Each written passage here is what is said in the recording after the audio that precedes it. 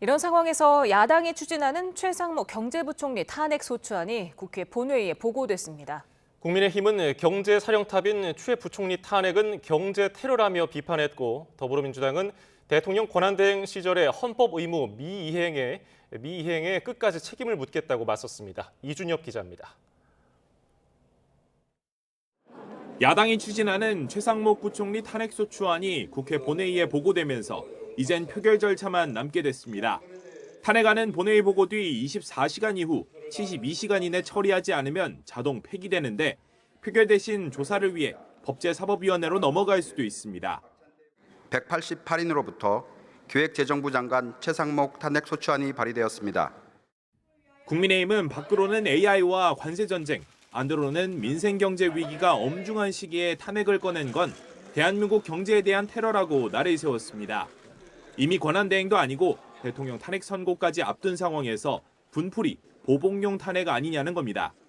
민생의 고통을 조금이라도 헤아린다면 즉시 최상목 부총리에 대한 탄핵안을 처리해야 됩니다. 반면 민주당은 한덕수 총리와 최 부총리가 국회목 헌법재판관을 진작에 임명했다면 탄핵 심판은 이미 끝났을 거라고 응수했습니다. 특히 선고기일이 정해지며 구인체제 선고가 불발된 만큼 한 총리는 헌재 결정에 불복하고 탄핵 심판을 방해한 혐의가 확정된 거라고 주장했습니다.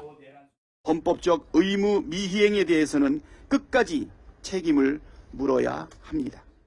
이런 가운데 본회의에선 마은혁 헌법재판관 임명 촉구 결의안 찬성 토론 중 국민의힘 박충권 의원이 마 후보자는 공산주의자라는 취지로 비난해 여야 사이 고성이 오가기도 했습니다. 헌법은 우리가 통과해온 피와 눈물로 만든 민주주의 결실이자 헌정과 민주주의를 지키는 최소한의 울타리입니다. 그래서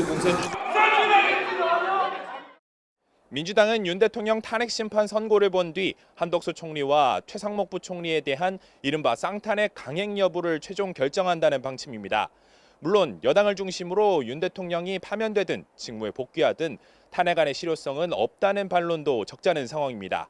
YTN 이준엽입니다.